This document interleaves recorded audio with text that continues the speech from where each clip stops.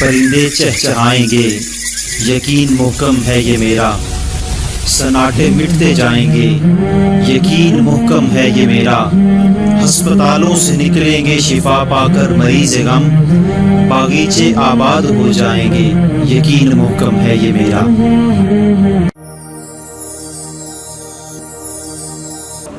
ذکر کیا تو میں سمجھتا ہوں ناظرین کے لیے ہماری ہمیشہ کوشش رہی ہے کہ طب نبوی میں سے کچھ نسخے لازمی اپنے ناظرین کے لیے پیش کیے جائیں، کیونکہ وہ فطرت کے بھی قریب ہیں، اور طب نبوی جو نبی وسلم نے فرمایا ہے یقیناً انسان کو سمجھ آئے یا نہ آئے، کسی نہ کسی لحاظ سے اس کا ایفیکٹ پازیٹیو انداز سے انسان کی باڈی پہ ضرور پڑتا ہے۔ کروینجی کے بارے جو حکم آتا ہے، اس طرح بے شمار چیزیں اس میں موجود ہیں۔ تو آج کیونکہ جدید سائنس کا دور ہے تو ہم شاید یہ سمجھتے ہیں کہ انگلش دوائی کے اندر یا جو ہم جدید دوائیاں بنا رہے ہیں سارے علاج اس میں موجود ہیں، لیکن ہم یہ بھول جاتے ہیں کہ جتنا اس کی علاج میں جلدی علاج کی طرف مطلب جلدی علاج کو تلاش کرتے کرتے ہم ان دوائیوں کی طرف جا رہے ہیں، اتنا اس کا سائیڈ ایفیکٹ بھی زیادہ ہے۔ تو فطرت سے کیونکہ ہٹ کے جو بھی چیز ہوگی، لیکن ساتھ یہ بھی کہا جاتا ہے کہ اس کائنات میں کوئی بھی بیماری آتی ہے تو اس کا علاج اس سے پہلے موجود ہوتا ہے۔ اب ہم اس کو تلاش کر پائیں یا نہ کر پائیں، کہ ہماری طب نبوی کے حوالے سے ریسرچ نہ ہو، ایسا کیسا ممکن ہو سکتا ہے کہ حضور نبی صلی اللہ علیہ وسلم کی ذات اقدس نے کسی چیز کا علاج نہ بتایا ہو؟ اس سلسلے میں ایسا ہے کہ صحابہ کرام کی ایک جماعت سفر پہ تھی، تو اچانک اس وقت ایک پیارے صحابی رسول صلی اللہ تعالی وسلم کو ناک میں سانس آنے کی پرابلم ہو گئی کہ ناک بند ہو گئی۔ تو آپس میں مشورہ کیا کہ کیا کیا جائے۔ ایک اور صحابی رسول تھے، انہوں نے کہا کہ آپ صلی اللہ تعالی وسلم نے دو چیزیں فرمائی ہیں، زیتون اور کلونجی، تو ہمیں ان دونوں کو مکس کر لینا چاہیے، کیسے مکس کیا جائے؟ انہوں نے کہا یہ بڑا آسان ہے، تیل میں کلونجی کو بریک کیا اور اس کو ناک میں ٹپکایا، دنوں میں نہیں چند لمحوں بعد مریض ٹھیک۔ آج بھی ایسے مریض جن کی ناک کی ہڈی ٹیڑھی ہو گئی ہو، آپ یہ علاج ان کے 15 دن 20 دن کریں، آپ کو نمایاں اس میں بہتری محسوس ہوگی۔ زیتون کا تیل اور کلونجی، اس کو خوب اچھی طرح بریک کیا جائے، ڈراپر میں ڈال لیا جائے اور دن میں 1-2 دفعہ لیٹ کے نوز میں اس کے قطرے ڈالے جائیں اور سانس اندر کھینچا جائے تاکہ حت الوسع یہ آئل جو ہے کلونجی والا زیتون والا یہ اندر تک سرایت کر جائے۔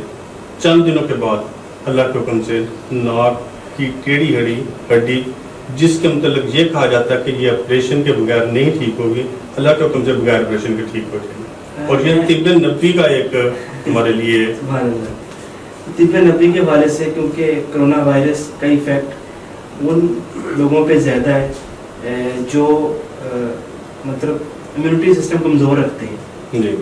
تو آپ امیونٹی سسٹم کو مضبوط کرنے کے حوالے سے، معدے کی امراض کے علاج کے حوالے سے کیا ہمارے ناظرین کے لیے پیش کروانا چاہیے؟ آپ صلی اللہ تعالی وسلم نے دو چیزیں اکثر پسند فرمائی، دودھ اور شہد۔ معدے کے لحاظ کے لیے آج بھی یہ دو چیزیں بہت زیادہ مفید ہیں۔ اگر ہم اس وقت سمجھیں کہ شہد کا خالص ملنا محال ہے تو اس کا تھوڑا سا متبادل انجیر ہے، کہ آپ دودھ کو پینے کے لیے استعمال کریں، انجیر کو کھانے کے لیے استعمال کریں، یہ معدے کے لیے بہت مفید ہوگی۔ ایک میں یہاں پہ ضروری سمجھتا ہوں، خوف بذات خود ایک بیماری ہے، اور خوف کی وجہ سے انسان نہ چاہتے ہوئے بھی بہت ساری بیماریوں کا شکار ہو جاتا ہے، یہ سمجھتا ہے۔ تو خوف کو دور کرنے کے حوالے سے طب نبوی کیونکہ ہمیں ایمان بھی ساتھ دیتا ہے کہ ہمارے اندر وہ کیفیت پیدا ہوتی ہے، آپ کیا سمجھتے ہیں کہ ہم کس طریقے سے اپنے آپ کو خوف سے باہر نکال سکتے ہیں؟ اس میں آپ قرآنی حوالے سے کچھ اگر ہمیں انائز کروانا چاہیے۔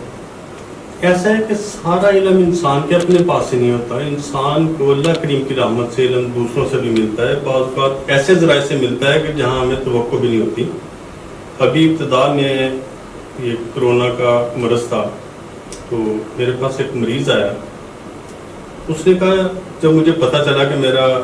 ٹیسٹ پازیٹیو ہو گیا تو میں نے اپنے آپ کو جب آئسولیٹ کیا تو میرے ذہن میں آیا کہ کیوں نہ تلاوت قرآن مجید شروع کی جائے، پتہ نہیں میں نے بچنا ہے یا نہیں بچنا، تو کم از کم تلاوت قرآن مجید تو میں کروں گا۔ وہ کہتے ہیں جس وقت میں نے تلاوت قرآن مجید کی آج اور کل اور اپنے آپ میں نے محسوس کیا کہ ہر آنے والا دن میری مایوسی ختم ہو رہی ہے۔ سبحان اللہ۔ اور حقیقت بھی یہی ہے کہ ہم جب یہ سمجھتے ہیں کہ اللہ کریم قادر مطلق ہے، کیا ایسا ہے کہ میرا اللہ چاہے تو ایک لمحے سے پہلے کرونا ختم ہو جائے؟ یہ ممکن نہیں ہے، یہ ممکن ہے میرا اللہ چاہے تو۔ جب مریض خود اپنے مائنڈ کا ایسا بنا لے تو مایوسی ختم ہو جاتی ہے۔ تو اس میں اس مریض کے بعد آنے والے مریضوں پہ میں نے یہ اپلائی کیا کہ میں نے اسپیشل کہا کہ آپ نے روزانہ 100 دفعہ درود پاک پڑھنا ہے، 100 دفعہ لا حول ولا قوت الا باللہ پڑھنا ہے، 100 دفعہ استغفر اللہ پڑھنا ہے۔ میرے ذہن میں یہ تھا کہ یہ جو ہر لمحہ ایک ہی بات میرے ساتھ کر رہے ہیں کہ کرونا سے اتنے مریض مر گئے، کرونا سے، تو اس فضا سے نکالنے کے لیے،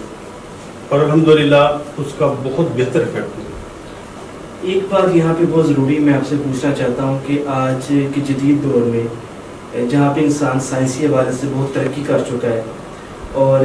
چاند پہ اپنے ڈیرے ڈال رہا ہے، لیکن ہم نے اپنے ماحول کا خیال نہیں رکھا، ہم نے اس کو برے طریقے سے تباہ کیا۔ آپ یہاں تک دیکھیں کہ ہماری فضا اتنی آلودہ ہو چکی ہے کہ اوزون کی لہر اتنی کمزور ہو گئی ہے کہ اس کے کمزور ہونے کی وجہ سے آج بہت ساری بیماریاں ہمارے ساتھ اٹیچ ہو رہی ہیں۔ اس جدید دور میں جہاں بھی انسان سائنسی لحاظ سے ترقی کر رہا ہے، اگر ہم نے آنے والے دنوں میں اپنے انوائرمنٹ کی پروٹیکشن کے لیے ورک نہ کیا تو شاید اس طرح کی کرونا جیسی اور کئی بیماریاں ہمارے وجود پہ افیکٹ کر سکتی ہیں، کیونکہ ہم فطرت سے ہٹ کے چیزوں کو لے کے جا رہے ہیں، اس کو وائنڈ اپ کرنے کی طرف جا رہے ہیں۔ تو آپ اس حوالے سے کیا سمجھتے ہیں؟ آپ انٹرنیشنل دینا چاہ رہے ہیں؟ دیکھ لیں کہ اوزون کی تہ بہتر ہو رہی ہے اور ہر ملک میں پولوشن کم ہو رہی ہے۔ جہاں کرونا نے ہمیں معاشی طور پہ کچھ تکلیفیں دی ہیں، ہمیں صحت کے لیے آکسیجن بھی دی ہے۔ اگر ہم آج کے دن ہی دیکھیں تو آکسیجن ہمارے لیے کتنی مہنگی چیز ہے، جو سال ہر سال 50 سال 60 سال 70 سال ہم فری استعمال کر رہے ہیں۔ کیا ہمیں اپنی آئندہ آنے والی نسلوں کے لیے آکسیجن بہتر نہیں کرنی چاہیے؟ تو اس پہ ورک نہیں ہو رہا۔ اس کے لیے جو قدرت نے انتظام کیا ہے وہ آئسولیشن کا کیا ہے، لاک ڈاؤن کا کیا ہے۔ ایک خاص ہم خود بھی خیال رکھیں کہ گندگی نہ پھیلائیں بلا وجہ۔ اب ایک آدمی نے کسی جگہ سفر کرنا ہے تو وہ اپنی الگ گاڑی میں جائے، تو اس سے بہتر نہیں کہ وہ دوسری ٹرانسپورٹ استعمال کرے جس میں گندگی پولوشن کے علاوہ اسے بہت سی دوسری سہولیات بھی مل جاتی ہیں، کہ ہم اپنے انوائرمنٹ کو درست رکھنے کے لیے جہاں تک ممکن ہو سکے اس کو بہتر کریں۔ جیسا کہ اس وقت جتنی دھوئیں سے فضا صاف ہوئی ہے، کہ دھواں نہ ہونے سے جتنی فضا صاف ہوئی ہے اس سے پہلے کبھی بھی نہیں ہوا، اور موجودہ سائنسی رپورٹیں یہ بتا رہی ہیں کہ یہ تکلیف دہ صورتحال اپنی جگہ، لیکن بہت سے فائدے بھی ہوئے ہیں، جس میں انوائرمنٹ کا صاف ہونا، اوزون کا بہتر ہونا، تو یہ ہمارے لیے بہت بہتر ہے۔ پرندے چہچہائیں گے، یقین محکم ہے یہ میرا، سناٹے مٹتے جائیں گے، یقین محکم ہے یہ میرا، ہسپتالوں سے نکلیں گے شفا پا کر مریض غم، باغیچے آباد ہو جائیں گے، یقین محکم ہے یہ میرا۔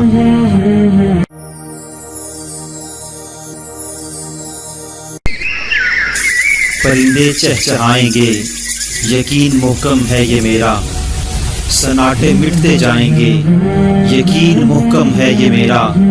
ہسپتالوں سے نکلیں گے شفا پا کر مریض غم، باغیچے آباد ہو جائیں گے، یقین محکم ہے یہ میرا۔